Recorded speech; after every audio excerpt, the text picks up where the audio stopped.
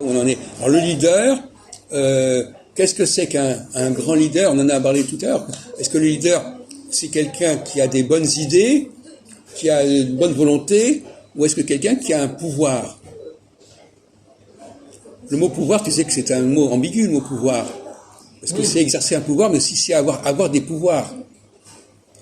C'est avoir et les pouvoirs, ça peut être miraculeux quelque part. Regarde, il y a des chefs religieux et il y a des chefs, comment dire... Par exemple, quelqu'un comme De Gaulle, est-ce que c'est quelqu'un qui avait quelque forme de pouvoir? C'était un chef militaire, je veux dire, et aussi politique, bon, c'est tout. Oui, mais enfin, il a eu le pouvoir de faire un certain nombre de choses. Oui, mais il avait du pouvoir. Il est capable d'être suivi. Oui. Bon, voilà. Oui. Donc, on peut dire que d'une certaine manière, il fait partie il s'intègre dans le plan divin, dans le plan de l'organisation optimale de la société. Oui. Mais est-ce que toi, tu es d'accord pour dire que même des gens qui ont eu un pouvoir et qui en ont fait un usage négatif, est-ce qu'ils perdent leur statut de leader, ou bien c'est une façon comme une autre d'être un leader? Et ils sont des leaders. Voilà, c'est ça. Ah oui. Faut pas introduire d'éthique ou de morale là-dessus. Ah non, Un leader, il peut être, par exemple, quelqu'un qui a un pouvoir, il vaut mieux quelqu'un qui a un pouvoir et qui l'utilise mal, mais qui pourrait bien l'utiliser, que quelqu'un qui n'a pas de pouvoir et qui est impuissant. Eh oui, bien sûr. Oui, il y a des leaders qui sont impuissants, je veux dire, non. Donc, un leader impuissant, c'est pas la peine. Ah oui. Parce que, par contre, quelqu'un qui est puissant et qui fait le mal, on peut espérer qu'il va pouvoir changer d'attitude. Oui. Mais cette puissance, il l'aura quand même. Oui. Notre ami Friedman, hier, il a dit « Ah, Biden, c'est un grand leader ». Je lui ai dit « Oui, il a dit ça, il a sorti ça. Ça a même été enregistré. » Non, je lui ai dit « Non, d'abord, premièrement, il n'a pas rassemblé autour de lui. Il a simplement été élu par son parti, voilà. Et c'est pas parce qu'il a telle et telle bonne volonté que c'est pas ça qui fait un grand leader. » Bon, alors pour revenir à un autre sujet, parce que tu as été interrompu à propos de la langue française. Alors, la langue française, est-ce que tu peux nous dire, je voudrais qu'on termine sur ce point de manière plus claire, parce qu'on a été interrompu. Est-ce que la langue française a quelque chose de spécial parmi les autres langues?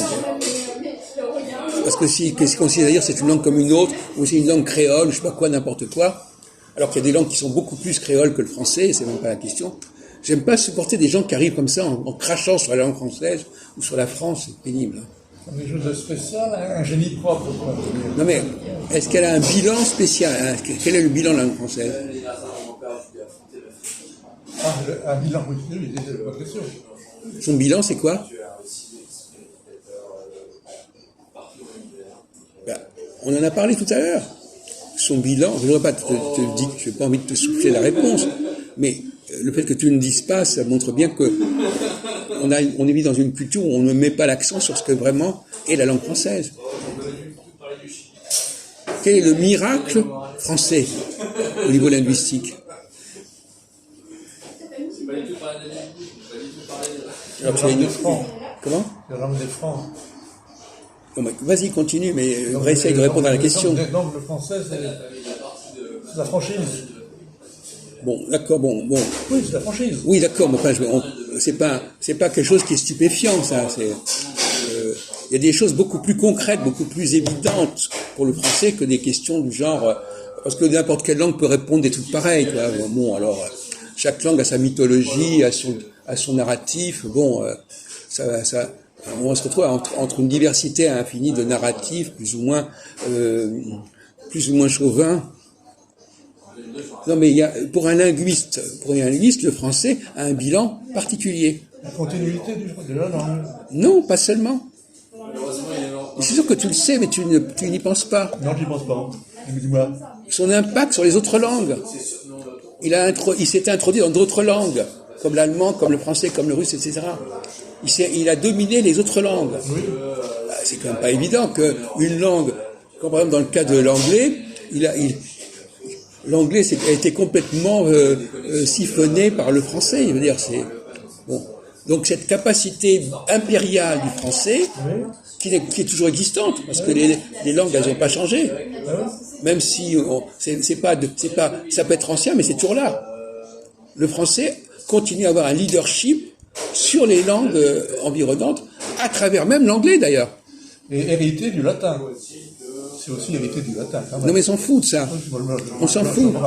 Et d'ailleurs, en plus, quand on commence à parler de l'origine des langues, ça devient très très scabreux. Hein. Oui. On sait très bien qu'il ne faut pas trop lancer là-dedans. Ah ouais. Hein, parce que d'où viennent les langues, qu'est-ce qui était avant le français.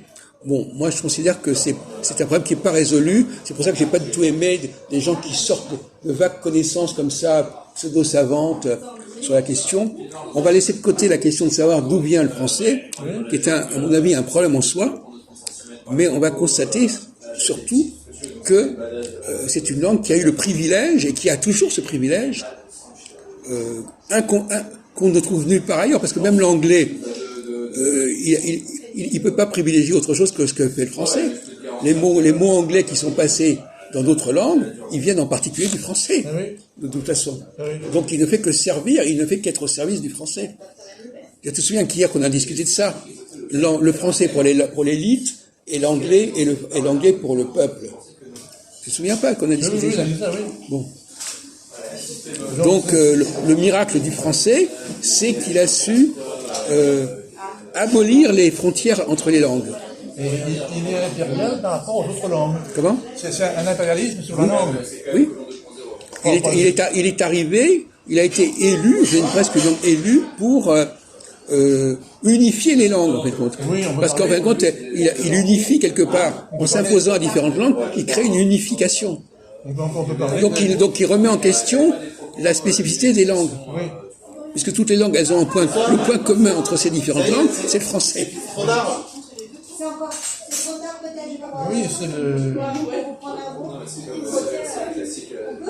Donc, moi, j'appelle ça un miracle, d'une certaine manière. On pourrait creuser cette question-là, mais à mon avis, la langue française est une langue élue, d'une certaine manière. Bon, on n'a pas le temps d'en parler maintenant, c'est un sujet délicat, mais... et même que ce qu'on disait l'autre jour sur la musicalité du français, c'est aussi quelque chose de tout à fait spécial. La musicalité. La musicalité et la liberté de l'expression française. Oui. La liberté par rapport à l'écrit. Oui. Alors justement, c'est intéressant. Les autres langues sont beaucoup plus respectueuses de l'écrit. Oui. Et la langue française est une langue qui justement prend ses libertés par rapport à l'écrit. Oui. Ça aussi, c'est un signe de domination. Oui. Oui, parce que c'est comme si les autres langues n'avaient connu les choses que par l'écrit, alors que le français, il l'a connu par une voie beaucoup plus transcendantale. Oui. Et donc finalement, le français a perpétué, il est marqué par une tradition orale, par un inconscient collectif, au niveau de la façon de parler la langue, qui, à mon avis, est peut-être encore plus ancien que le latin. Parce qu'on ne sait pas comment le latin a été prononcé, d'ailleurs, on sait vaguement. Mais je trouve qu'il y a des qualités de la langue française qu'on ne trouve pas spécialement en latin. À moins que le latin, au départ, ait eu cette capacité que le français a de cette liberté par rapport à l'écrit. On n'a pas d'éléments sur l'oralité on a très peu d'éléments sur l'oralité du latin. On sait que certains mots, que certaines lettres prononçaient de certaines manières, mais on ne sait pas comment les gens parlaient, comment ils s'exprimaient. On le sait par l'italien, quand même par l'espagnol. Bon, non, si. On sait, pourquoi pas par le français à ce moment-là? Non. Non, si. Si, par le français, oui. Ah ben oui, justement. C'est plutôt le français qui nous donne la véritable dimension du latin. S'il y a une langue qui a perpétué une certaine qualité de la langue, c'est le français, c'est pas l'espagnol ou l'italien. Et toi-même, tu disais justement qu'il y a des points communs entre le français et les langues germaniques qui ne sont pas simplement de lexique, mais il y a pas, le français s'est libéré du O et du A comme marqueur de genre. La plupart des langues, que ce soit l'arabe, le russe l'espagnol ou l'italien, ils ont toujours ce truc du O et du A pour marquer le masculin et le féminin.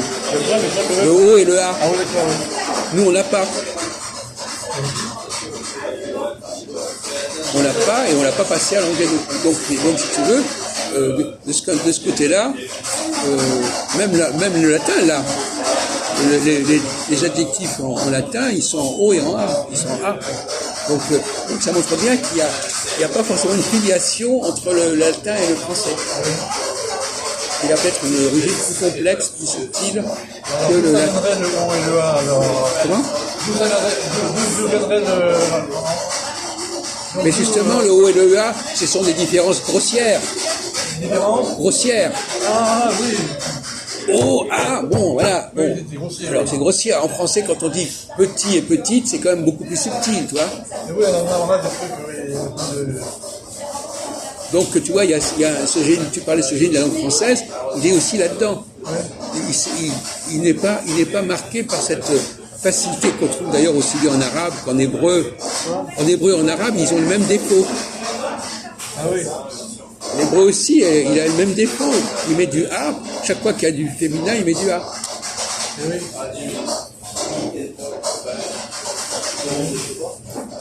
C'est une pierre de touche, cette histoire du O et du A. C'est une pierre de touche. C'est un point important. Oui. Que le français n'ait pas gardé ça. Et alors, les langues germaniques ne l'ont pas non plus, d'ailleurs. Ce qui montre bien que, par certains côtés, peut-être que le français n'est pas aussi latinisé qu'on le croit. Son rapport au latin n'est pas aussi évident que ça. Il y a un côté germanique et gaulois, quoi. Oui, mais donc ça montre bien qu'il peut y avoir une origine plus complexe, une origine indo-européenne, je ne sais pas. Il peut y avoir quelque chose qui transcende complètement la filiation latine. Alors, ça serait l'origine indo-européenne. Oui, c'est pour ça que de dire que c'est directement issu du latin, ça me paraît discutable. Parce que justement, on voit, tu m'as mis sur la piste, on voit bien que les autres langues latines, elles n'ont pas du tout évolué comme le français. Donc la notion de langue indo-européenne est plus intéressante que la notion de langue latine. Oui. Oui, parce que finalement, quand on prend l'allemand, alors l'anglais est une langue germanique un petit peu dépravée, mais l'allemand est tout à fait... On en a parlé l'autre jour. Oui. Les Allemands, ils font comme les Français, ils disent Klein, Kleine, Ouais. mais ils prononcent... Alors eux, la différence, c'est que nous, on est encore plus subtil que ça, parce que nous, quand on dit grand et grand 2, on ne prononce pas on dit pas grande, on dit grande, mais on dit pas grand 2, mais le masculin, on dit grand. Et on n'entend même pas le D. Oui.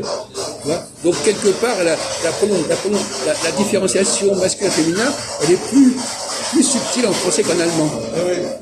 Et même plus authentique qu'en allemand, quelque part. Parce que les Allemands, finalement, ils disent Klein, d'accord? Nous, ils prononcent le N du Klein, ou même de tout autre adjectif. Et donc, finalement, à mon avis, cette dialectique Klein, Kleine, elle est beaucoup mieux comprise en français qu'en allemand. Les Allemands n'ont pas gardé le génie qui sous-tend cette distinction. Oui, alors moi je dirais pas quand même. Il y a une culture, il y a Benveniste qui a étudié la culture indo-européenne. Oui. Benveniste. Oui. Il fait des choses. Oui, très bien, oui. Donc Benveniste, il allait dans le Caucase. Ah oui. Benveniste, il allait dans le Caucase. Il a récupéré des mythologies, des récits indo-européens, je veux dire, modestement, il les a consignés, je veux dire. Donc il y aura un génie indo-européen, mais là il s'agit d'un génie On pourrait dire que d'une certaine manière, en forçant un peu les choses, le français a gardé le génie indo-européen que les autres langues ont perdu. D'accord. Si on voulait aller jusque-là. On parlait jusque-là. Et qu'il y a une tradition orale du français qui est arrivée jusqu'à nous, Oui. Il a gardé et qui a traversé les siècles, alors que les autres l'ont perdu en cours de route. Alors qui a gardé le génie indo-européen. Oui. On pourrait conclure cela, pour l'instant. Ah oui, il y a un génie indo-européen que, bon, voilà. Voilà, donc, voilà, très bien.